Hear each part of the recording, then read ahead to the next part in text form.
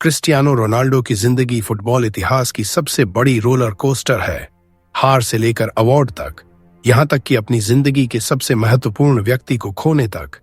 Ronaldo को ये सभी चीजें सहनी पड़ी ताकि वह शीर्ष तक पहुंच सकें, और यह सब सोचकर बहुत आश्चर्यजनक है क्योंकि शुरुआत में यह कभी नहीं हो सकता था। रोनाल्डो का जन्म 5 फरवरी 1985 को लिस्बन, पुर्तगाल में गरीब माता पिता के घर हुआ था। उनके पिता जोस डिनिस पुर्तगाल के एक स्थानीय क्लब के किटमैन हुआ करते थे और उनकी मां वे मुश्किल से अपने परिवार का पालन पोषण कर पाती थीं। इसके अलावा वे एक छोटे से कमरे में रोनाल्डो के बड़े भाई बहनों के साथ रहते थे और कभी कभी खाने के लिए भी कुछ नहीं होता था। बावजूद इसके रोनाल्डो ने वह चीज ढूंढी जो उसे अपनी परेशानियों से बचने का रास्ता दे सकती थी, लेकिन वह नहीं जानता था कि यह खेल उसकी जिंदगी बदलने वाला था। फुटबॉल को तुरंत ही अपनाने के बाद रोनाल्डो हर दिन सुधारने के लिए घंटों घंटों अभ्यास करता था। वह हमेशा सड़कों पर खेलता था और लगातार मेहनत करता था, जब तक कि एक दिन एक लोकल स्काउट उसे अपनी लाइफ का सबसे बड़ा अवसर देने नहीं आया। क्रिस्टियानो रोनाल्डो की यात्रा साबित करती है कि जीवन में बेतहाशा संघर्ष और बलिदान के बिना कोई भी असली सफलता नहीं मिल सकती। गहरी असफलताओं, दिल टूटने और चुनौतियों के बावजूद उसने खुद को दुनिया का सबसे बड़ा फुटबॉलर साबित किया। स्पोर्टिंग लिस्बन उस समय कुछ टैलेंटेड बच्चों को अकादमी में भर्ती करने की योजना बना रहा था और रोनाल्डो उन चुनिंदा बच्चों में से एक था। लेकिन उसे अंतिम ट्रायल पास करना था और रोनाल्डो के शब्दों में यह मैच सब कुछ बदल गया। ट्रायल के दिन मैच शुरू होने से पहले स्काउट ने बच्चों को एक संदेश दिया कि जो भी सबसे ज्यादा गोल करेगा वही चुना जाएगा। जैसे ही रोनाल्डो ने यह सुना, वह पूरी तरह से तैयार हो गया। उसने एक गोल किया, लेकिन उसकी टीम के एक और खिलाड़ी अल्बर्ट फंथ ने 2 गोल किए। अंतिम मिनटों में रोनाल्डो और अल्बर्ट दोनों गोल के सामने थे। जब अल्बर्ट गोलकीपर को छक्काकर गोल की ओर बढ़े तो उन्होंने खाली गोल में गोल करने के बजाय रोनाल्डो को पास किया। रोनाल्डो ने यह मौका हाथ से नहीं जाने दिया और उसे कॉन्ट्रैक्ट मिल गया। अब वह स्पोर्टिंग में था और उसे दुनिया को यह दिखाना था कि वह कितना अच्छा है। रोनाल्डो ने सीनियर टीम के लिए पहले कुछ गोल किए और उसके बाद उन्होंने कभी पीछे मुड़कर नहीं देखा। वह इतने अच्छे हो गए थे कि अब कई क्लब उनके पीछे थे। लेकिन रोनाल्डो का सबसे बड़ा ब्रेक आने वाला था। कुछ महीनों बाद जब उसने एक ऐसी परफॉर्मेंस दी जिसने इंग्लैंड के सबसे बड़े क्लब को उसे साइन करने के लिए मजबूर कर दिया। स्पोर्टिंग लिस्बन बनाम मैनचेस्टर यूनाइटेड के एक फ्रेंडली मैच में रोनाल्डो ने एक मास्टर क्लास परफॉर्म किया और यूनाइटेड की पूरी रक्षा को उलझा दिया। गेम खत्म होते होते सर एलेक्स फर्ग्यूसन ने सब कुछ देख लिया था। उन्होंने रोनाल्डो के एजेंट को फोन किया और डील की, और कुछ ही दिनों बाद रोनाल्डो मैनचेस्टर यूनाइटेड में शामिल हो गए। एक $19 मिलियन की डील के तहत का अगला बड़ा सितारा बनने वाले थे। सर एलेक्स ने उन पर इतना भरोसा किया कि जब रोनाल्डो जर्सी पर चयन के लिए पहुंचे और वह नंबर 28 जर्सी का चुनाव करने वाले थे तो सर एलेक्स ने कहा नहीं, और उन्हें क्लब की सबसे महत्वपूर्ण जर्सी का नंबर दिया, यानी डोर 7 का जन्म। हालांकि मैदान पर शुरुआत थोड़ी धीमी रही और कुछ टीममेट्स ने उन्हें बच्चा जो बहुत ज्यादा ड्रिबलिंग करता है कहकर पुकारा, लेकिन रोनाल्डो के लिए यह इससे कहीं ज्यादा महत्वपूर्ण था क्योंकि अब वह अपने परिवार को सड़क से बाहर निकालकर उन्हें अपनी एक जगह दे सकता था। लेकिन जब रोनाल्डो की जिंदगी पटरी पर आ रही थी, एक फोन कॉल ने उनकी पूरी दुनिया को पलट दिया। उनके पिता जोस डिनिस बीमार पड़ गए थे। रोनाल्डो और उनके पिता के रिश्ते थोड़े जटिल थे क्योंकि रोनाल्डो हमेशा अपने पिता के साथ करीबियां बढ़ाना चाहता था, लेकिन उनके पिता बहुत बीमार थे और परिवार को सही तरीके से पालन पोषण करने में सक्षम नहीं थे। जल्द ही वह शराब पीने लगे और लीवर से जुड़ी बीमारियां उन्हें परेशान करने लगीं। रोनाल्डो ने क्लब से छुट्टी लेकर अपने पिता से मिलने की अनुमति मांगी। जब वह अस्पताल पहुंचे तो उन्होंने अपनी पूरी कोशिश करने का वादा किया था, लेकिन अंत में बहुत देर हो गई थी। कुछ ही दिनों बाद जोस डिनिस का निधन हो गया और यह रोनाल्डो को तोड़कर रख दिया।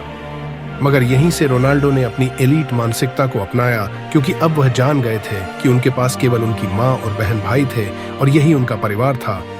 उन्होंने यह वादा किया कि वह दुनिया के सबसे अच्छे खिलाड़ी बनेंगे, सिर्फ उन्हें खुश देखने के लिए। 2 साल बाद रोनाल्डो ने अपना वादा पूरा किया और सबसे बड़े मंच पर उस 2007-8 सीजन में रोनाल्डो ने लीग में रिकॉर्ड 31 गोल किए। इसके साथ ही वह चैंपियंस लीग के टॉप स्कोरर बने और उस प्रतियोगिता को भी जीत लिया। कुछ महीने बाद रोनाल्डो आधिकारिक रूप से ग्रह पर सबसे बेहतरीन फुटबॉलर बन गए।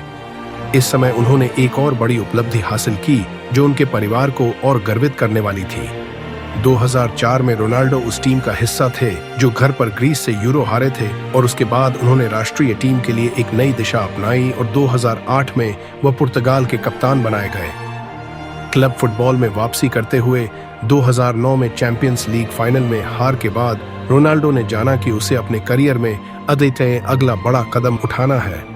उस गर्मी में उसने दुनिया का सबसे महंगा फुटबॉलर बनने के लिए वर्ल्ड रिकॉर्ड तोड़ा और रियल मैड्रिड से जुड़ा। रोनाल्डो ने बड़ा मुकाम हासिल किया और वह लगातार जीतते ही गए। उनका व्यक्तिगत जीवन भी उसी तरह सफल हो रहा था। इस बड़े ट्रांसफर के कुछ महीनों बाद रोनाल्डो के बेटे क्रिस्टियानो जूनियर का जन्म हुआ। रोनाल्डो ने जूनियर की मां का नाम गोपनीय रखने का फैसला किया, लेकिन अब यह स्पष्ट था कि वह मैड्रिड में अपनी परिवार की नींव रखने के लिए तैयार थे। लेकिन पहले उन्हें मैड्रिड में एक काम करना था जो उन्हें 5 साल में पूरा करना था। रियल मैड्रिड से जुड़ने से पहले 2002 में मैड्रिड ने आखिरी बार चैंपियंस लीग जीता था और रोनाल्डो को वह बदलाव लाने वाला खिलाड़ी बनाया गया था। हालांकि 2013 में बैलोन ड'ओर जीतने के बाद भी रियल मैड्रिड चैंपियंस लीग जीतने में कामयाब नहीं हो सका। फिर रोनाल्डो ने 2013-14 सीजन में यह फैसला किया कि वह अब खेल में मजाक नहीं करेंगे और उस सीजन में उन्होंने रियल मैड्रिड को चैंपियंस लीग की महिमा दिलाई। उस सीजन में रोनाल्डो ने चैंपियंस लीग के अभियान में सबसे ज्यादा गोल करने का रिकॉर्ड तोड़ा, जिसमें 16 गोल शामिल थे और फाइनल में गोल भी किया। इस साल उन्होंने एक और बैलोन ड'ओर हासिल किया और अब वह अपने सबसे बड़े प्रतिद्वंद्वी लियोनेल मेसी के नजदीक थे। लेकिन अंतर्राष्ट्रीय स्तर पर बात करें तो हालांकि क्लब फुटबॉल में रोनाल्डो की सफलता अद्वितीय थी, लेकिन अंतर्राष्ट्रीय प्रतियोगिताओं में वह अपनी फॉर्म को रिपीट नहीं कर सके। 2010 में उन्होंने वह टीम की कप्तानी की जो वर्ल्ड कप के ग्रुप स्टेज से बाहर हो गई। इसके बाद 2012 यूरो सेमीफाइनल और 2014 वर्ल्ड कप के ग्रुप स्टेज से बाहर होने के बाद रोनाल्डो जान गए थे कि अब उन्हें राष्ट्रीय टीम के लिए प्रदर्शन करना होगा। 2016 यूरो उनके लिए एक बड़ा मौका था और उस प्रतियोगिता में पुर्तगाल के बारे में कोई उम्मीद नहीं कर रहा था, लेकिन वे फाइनल तक पहुंचे। हालांकि फाइनल के दिन फ्रांस के खिलाफ मैच में रोनाल्डो को गहरा धक्का लगा। जब वह मैच से बाहर हो गए, फिर भी उनकी टीम ने एक शानदार 1-0 जीत हासिल की और रोनाल्डो ने अपनी टीम को पुर्तगाल के इतिहास का पहला बड़ा टूर्नामेंट जिताया। इसके बाद रोनाल्डो के रिकॉर्ड गिरते रहे, एक और बैलोन ड'ओर और 3 और चैंपियंस लीग्स जीते। लेकिन 2018 के अंत तक, अब 33 वर्ष की उम्र में और रियल मैड्रिड के लिए 450 गोल से अधिक करने के बाद रोनाल्डो ने एक बार फिर अपने करियर का नया चैप्टर शुरू किया। अब उनका अगला कदम था ओल्ड लेडी यानी यूवेंटस में जाना। लेकिन दुर्भाग्यवश यह कदम वैसे सफल नहीं रहा जैसा रोनाल्डो ने सोचा था। यूवेंटस में 3 सीजन के दौरान रोनाल्डो अपने चैंपियंस लीग का लक्ष्य नहीं प्राप्त कर सके। 3 सीजन में 3 नॉकआउट राउंड और फिर अंततः 2021 के अंत में रोनाल्डो ने अपनी मंजिल को और अपनी टीम को छोड़ने का निर्णय लिया। फिर रोनाल्डो का मैनचेस्टर यूनाइटेड में वापसी ने इंटरनेट को लगभग तोड़ दिया। यूनाइटेड में वापसी करते हुए उसने न्यूकैसल यूनाइटेड के खिलाफ एक शानदार ओपनिंग मैच खेला और यह संकेत दिया कि वह एक बार फिर यूनाइटेड को उसकी पुरानी गौरवशाली दिन लौटाएगा। लेकिन अफसोस की बात यह रही कि उनका दूसरा होमकमिंग बेकार साबित हुआ। 2022 में वह अपने जीवन का सबसे बड़ा धक्का लेकर पहुंचे जब उनके पार्टनर जॉर्जिना रोड्रिगेज के साथ उनका बेटा एंजल कुछ ही समय बाद गुजर गया। इसके बाद रोनाल्डो और यूनाइटेड का रास्ता एक दूसरे से अलग हो गया और इस विवादित इंटरव्यू के बाद यूनाइटेड ने रोनाल्डो का कॉन्ट्रैक्ट समाप्त कर दिया।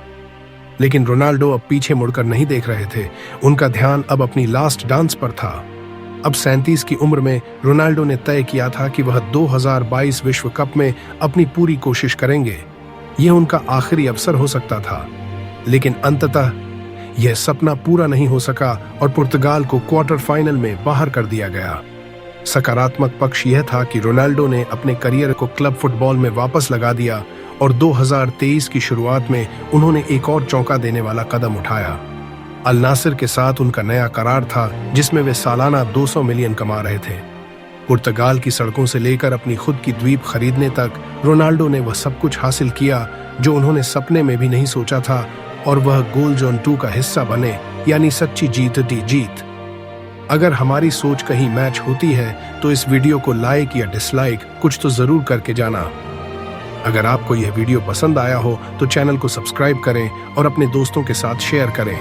अगर आपके पास कोई भी प्रश्न हो या आप कुछ और जानना चाहते हो या किसी और महापुरुष पर वीडियो बनवाना चाहते हो तो नीचे कमेंट बॉक्स में लिखें, और हाँ, लाइक करना ना भूलें ताकि हम और अच्छी वीडियो आपके लिए ला सकें। धन्यवाद।